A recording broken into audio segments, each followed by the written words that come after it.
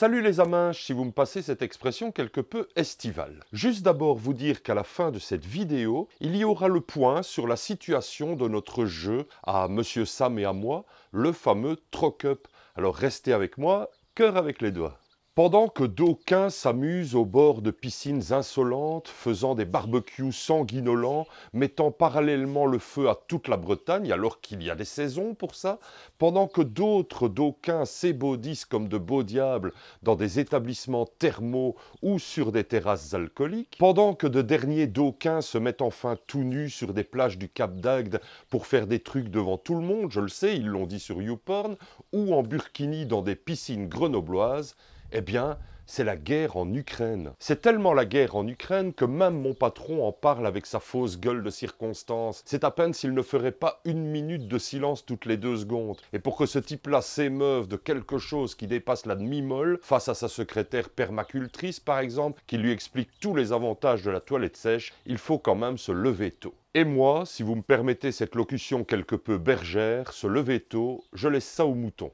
C'est la guerre en Ukraine et du point de vue occidental, il y a désormais les bons Ukrainiens qui gagnent l'Eurovision, mettent leurs femmes et leurs enfants à l'abri, opposent des lances préhistoriques à des blindés dernier cri, qui sont des héros, qui utilisent des produits respectueux de l'environnement, qui ont un président sachant porter le t-shirt, qui ne demande qu'à continuer à consommer dans un marché commun vachement bien, qui sont doux, victimes et adorables.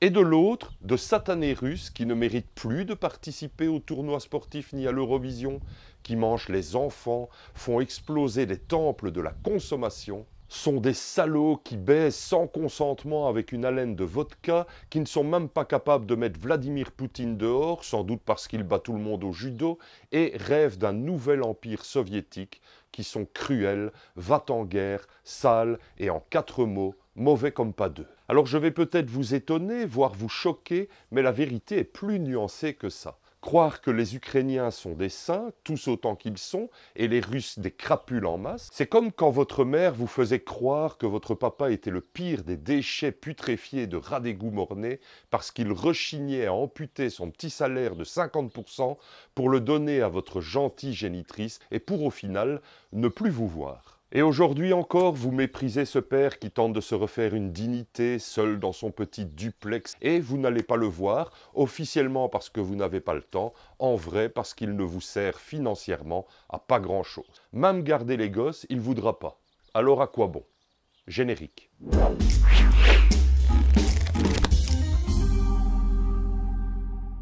On sous-estime souvent la force de la tristesse et de la nostalgie dans le devenir d'un homme ou de tout un peuple.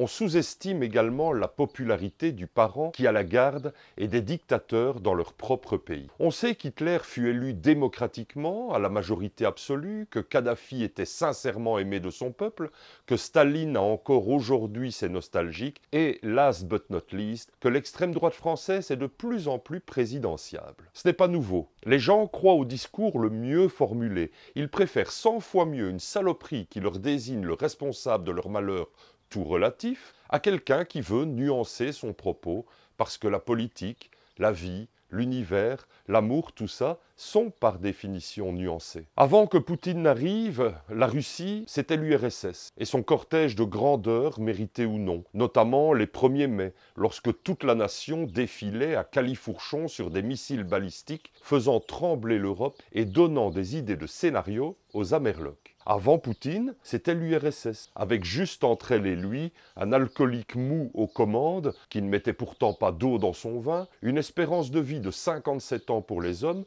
une corruption généralisée, un manque de tout dans les magasins et de très belles femmes de pas 30 ans que les occidentaux sexagénaires achetaient sur catalogue et qui finissaient techniciennes de surface, poules pondeuses et faire-valoir, parfois entre 2 fellations, aux amis du vieux con. L'URSS est tombée en 1991, laissant des sentiments contradictoires aux Russes, entre la joie d'une liberté retrouvée et l'humiliation de n'être plus rien, même pas un bon sujet pour une série B américaine. Alors Poutine est arrivé comme Zorro sur ses grands chevaux et le patriotisme a retrouvé ses beaux jours devant lui, sa lumière au bout du tunnel et sa foi pour soulever les montagnes. Reconnaissons à Poutine son immense popularité tout à fait méritée. Et en effet, l'espérance de vie des hommes est passée à 68 ans, l'alcoolisme a baissé de 43% à la faveur d'une augmentation drastique des prix et d'une campagne publicitaire de haut vol, l'économie du pays est nettement plus florissante grâce au gaz et à une gestion efficace des importations et des exportations.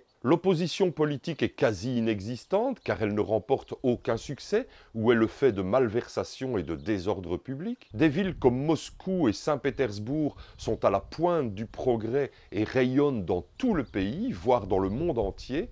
De grands travaux sont en cours ou carrément achevés depuis son accession au pouvoir en 2000.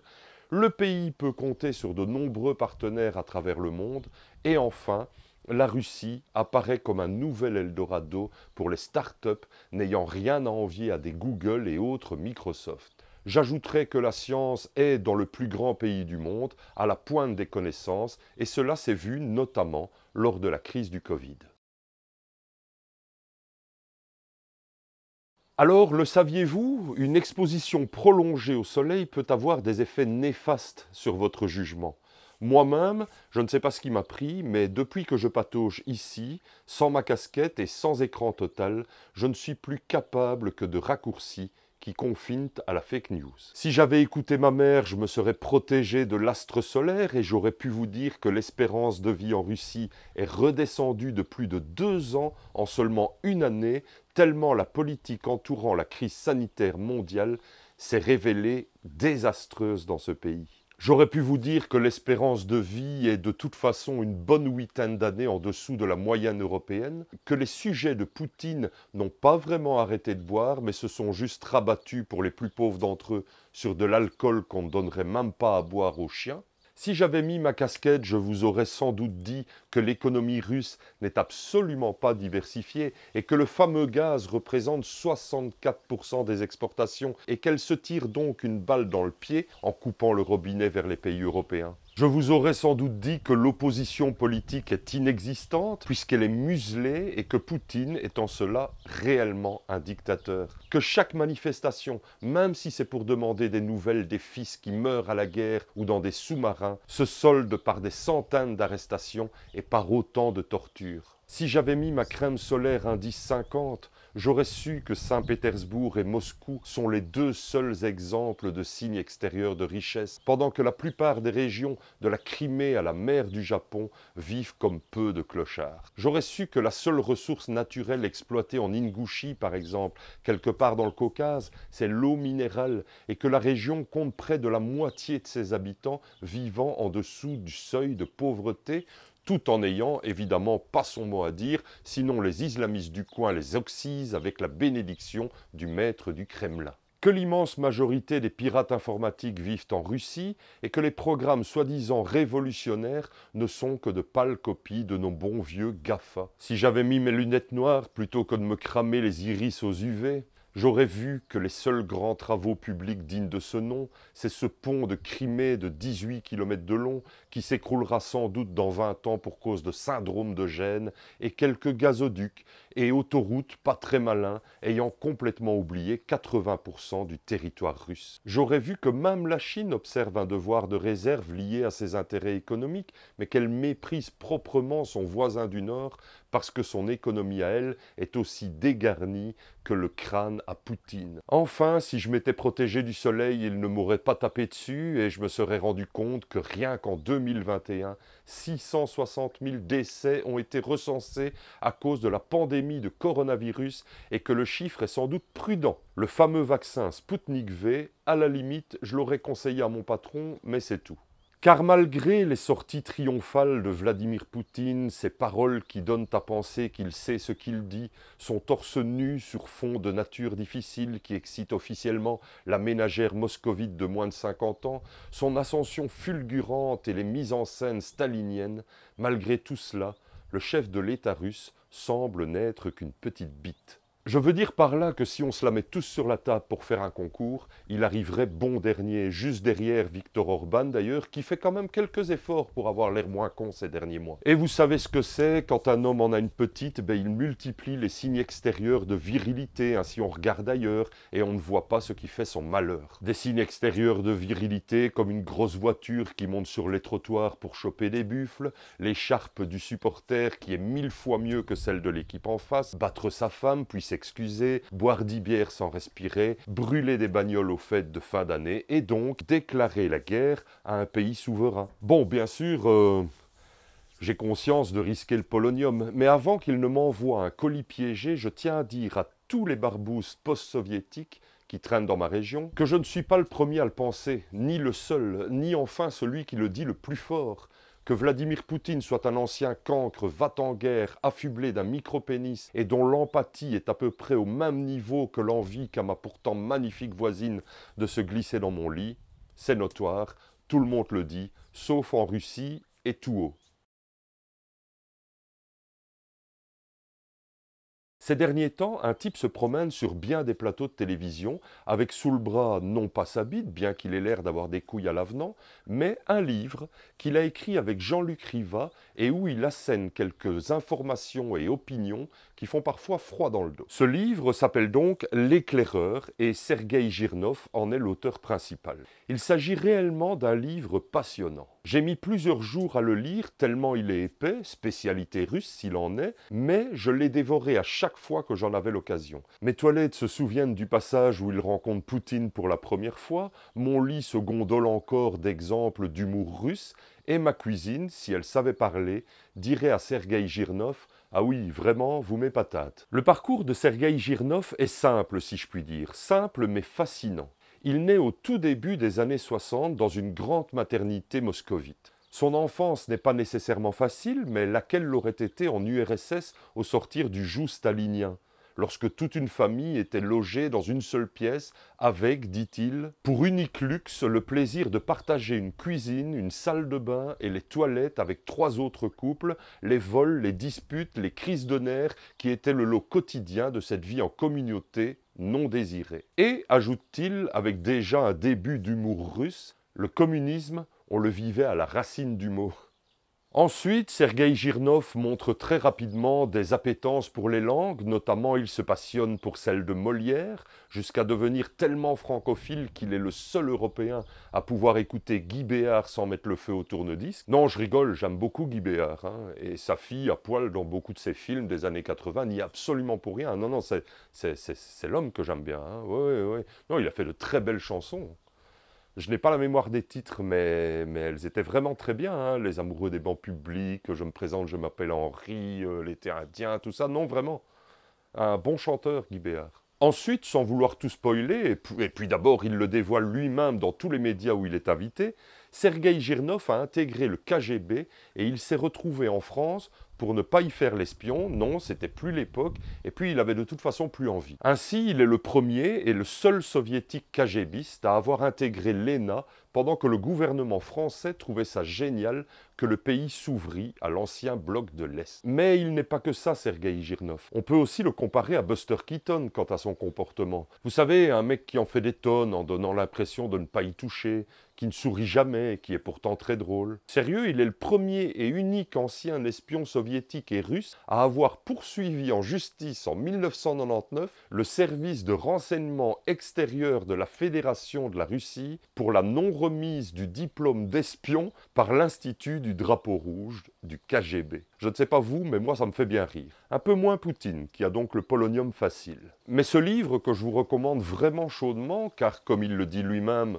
Bien sûr qu'on se met en danger, mais là, vous êtes en train de me protéger parce que je suis en lumière. Ce livre donc ne parle pas que de Poutine ou du KGB, même si le premier revient régulièrement montrer le bout de son nez qu'il n'a pas creux, et que le second est partout présent, mais c'est plutôt sa nature. C'est réellement une plongée dans le quotidien du temps où on faisait, pour tout, Tintin chez les soviets. C'est une immersion dans les années de plomb en Russie avec son lot de surprises. Par exemple, je ne savais même pas que le pays était tout de même un peu ouvert à l'étranger, à l'Occident.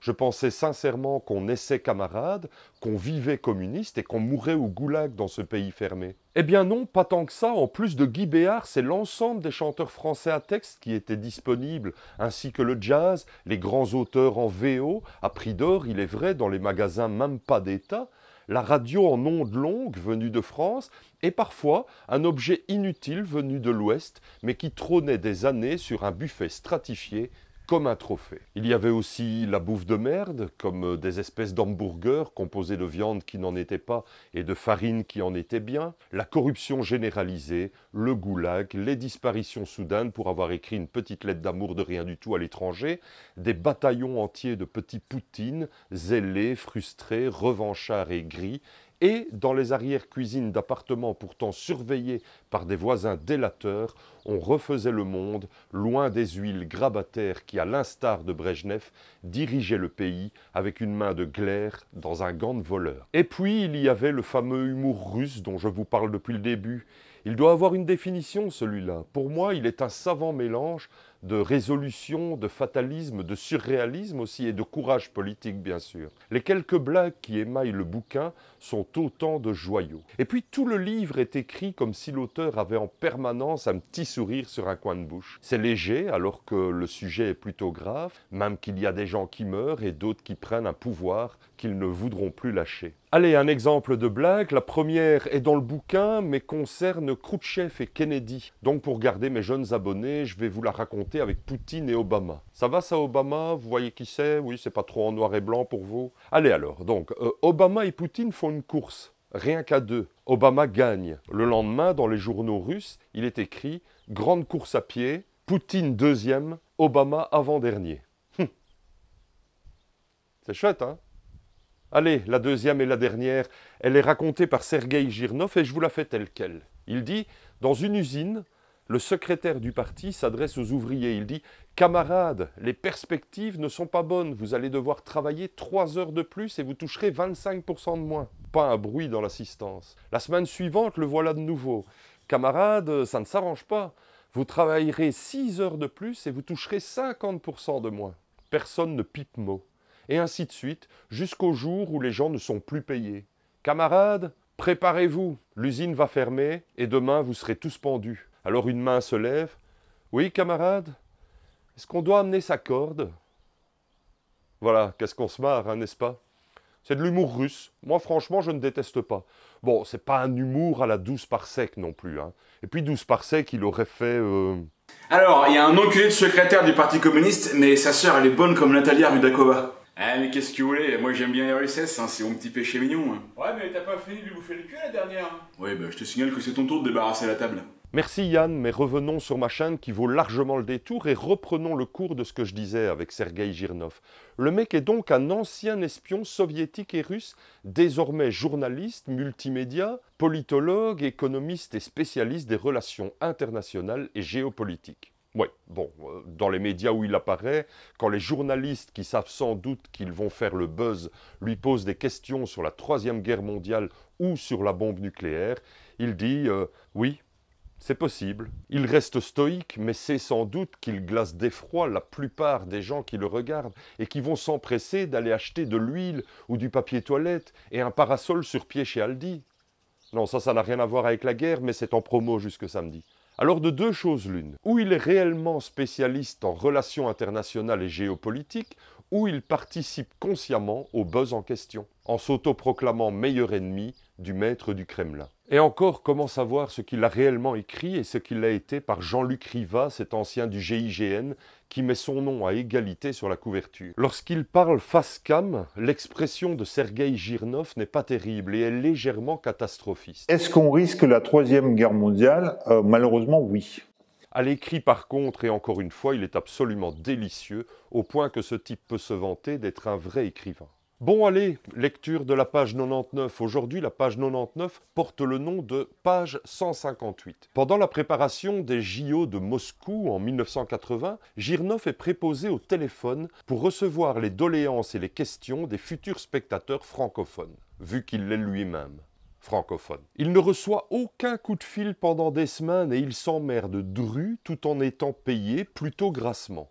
Jusqu'au jour où un Français l'appelle pour on ne sait plus quoi. La conversation s'engage en toute sympathie et va durer plus de 2 heures. Des invitations à venir prendre un pot l'un avec l'autre vont même surgir dans le flot des paroles. Le problème, c'est qu'en raccrochant, le jeune Girnov, à peine 20 ans, constate que derrière lui, tout le bureau des téléphonistes le regarde et n'a pas l'air content. Certains responsables montrent même les dents et semblent promettre des représailles. Le temps de compter jusque 20 crocodiles, le pauvre est embarqué vers le KGB. Pour cela, il est escorté dans une grosse bagnole de circonstance par le capitaine Poutine, le connard susnommé. C'est là que commence l'épisode. Il me fait signe de poser mes fesses sur une chaise de bois installée en face de lui. L'endroit est à l'image du personnage, froid et impersonnel. Parquet ciré et mur vert pâle où trône la photo de Félix Dzerzhinsky, surnommé Félix de Fer, le fondateur de l'ancêtre du KGB. Ce n'était pas un tendre, le Félix. Ce fut l'un des principaux artisans de la Terreur rouge, mise en place en 1917 sous l'autorité de Lénine. Entre torture et exécution d'ouvriers grévistes qualifiés de contre-révolutionnaires, l'histoire officielle met 140 000 morts sur le compte de la répression menée par la Tchéka. En réalité, ils furent des millions. Quand je regarde Félix, droit comme un i dans son tableau, je me dis que le personnage doit sacrément inspirer le capitaine qui est devant moi. Lui, toujours aussi froid, le visage sans expression, des yeux de morue morte, me regarde un long moment sans prononcer un mot, puis brusquement arrive la première question. Raconte. Je saurai plus tard que le tutoiement est un moyen psychologique permettant d'asseoir la domination de l'enquêteur sur l'interrogé. Et que cette question, ouverte s'il en est la première phrase type de tous les interrogateurs du service. Ceux-ci ne vous diront jamais ce qu'ils savent. S'ils le font, c'est que l'estocade est proche et en attendant ce moment, ils vous observent, guettant le moindre signe de fébrilité sur votre visage. Car s'il est une qualité qu'il faut bien le reconnaître, c'est la patience. Et il attend tranquillement le camarade Poutine. J'essaie alors de lui faire préciser le sens de sa question. À quel propos ? 3 heures de conversation avec un agent impérialiste, rien que ça, raconte. Enfin, je ne suis pas sûr qu'il avait un accent belgo-parisien, Poutine. C'est un obstiné, le Vladimir. Je regarde le magnétophone à bande qui tourne lentement, je réfléchis. À aucun moment dans ma discussion avec le Français, je n'ai prononcé un seul mot à l'encontre de l'URSS, du parti. Je peux y aller franco. Je vous serai gré de ne pas me tutoyer, Tovaritch capitaine. Moi, je vous vois. Et en effet, il est formellement interdit aux fonctionnaires soviétiques de tutoyer les citoyens, surtout les inconnus. Depuis 1967, quand il s'est mis en tête de casser l'image négative du KGB due au goulag et aux purges staliniennes, Andropov en a mis plus d'un à la porte pour ce genre de comportement. Je vois dans le regard du capitaine Poutine que je viens de marquer un petit point, mais un point tout de même. Et comme notre conversation est enregistrée, il se sent obligé de se rattraper. Bien. Venons-en aux faits. De quoi avez-vous parlé pendant 3 heures avec cet étranger ?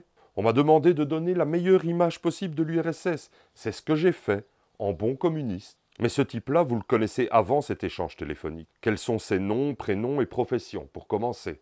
Apparemment, mes réponses ne l'intéressent pas. Seul compte ses affirmations. Bien sûr que non. Je ne savais pas qui il était. J'étais de permanence sur la ligne en français et le téléphone a sonné, c'est tout. Ça aurait pu tomber sur n'importe lequel de mes collègues. Il m'a donné son nom et ses coordonnées à la fin de notre conversation, par sympathie. Écoutez-moi bien, Girnov. Votre parlotte de 3 heures avec un ressortissant d'un pays du bloc agressif de l'OTAN a été enregistrée. Et en ce moment, elle est en train d'être traduite. S'il y a un écart, ne serait-ce que d'1 millimètre entre ce que vous me dites ici et ce que vont me donner les interprètes, croyez-moi, vous ne serez pas prêt de m'oublier. Et en effet, il ne va pas l'oublier. On voit bien qu'en plus de tous les défauts de Poutine déjà dit plus haut, il a celui d'être légèrement psychorigide. Le mec, il est persuadé qu'il est là, dans les bureaux du KGB, plus tard dans la fameuse école de la forêt, où on formait les futurs espions, pompons, ou à la tête du plus grand pays du monde, en matière de superficie en tout cas, parce que pour ce qui est de l'humanisme, je préfère encore le Vatican, qu'il est donc là pour sauver le monde de ces salauds d'artistes, de PD, de pauvres, d'occidentaux, d'opposants et de nazis ukrainiens, qui sont rien que des empêcheurs de présider en rond. Notons d'ailleurs qu'il a attaqué son voisin pour empêcher que l'OTAN soit à ses frontières, et s'il réussit et qu'il envahit tout le pays, eh bien l'OTAN sera à ses frontières. Ça ne m'étonnerait pas qu'il y ait autre chose qu'on ne nous dit pas. Si ça se trouve, Poutine, ce qu'il veut, c'est marquer l'histoire. Et comme il n'a pas pu le faire en inventant la poudre ou en proméritant un prix Nobel, même de la paix, ben il a frappé un grand coup. Voilà, c'est tout pour aujourd'hui, si ce n'est que je dois encore vous faire le point sur notre grand jeu, le Troc-Up. J'ai reçu moult propositions, bon sang de bois, et ça fait diablement plaisir, bande de chouettes gens.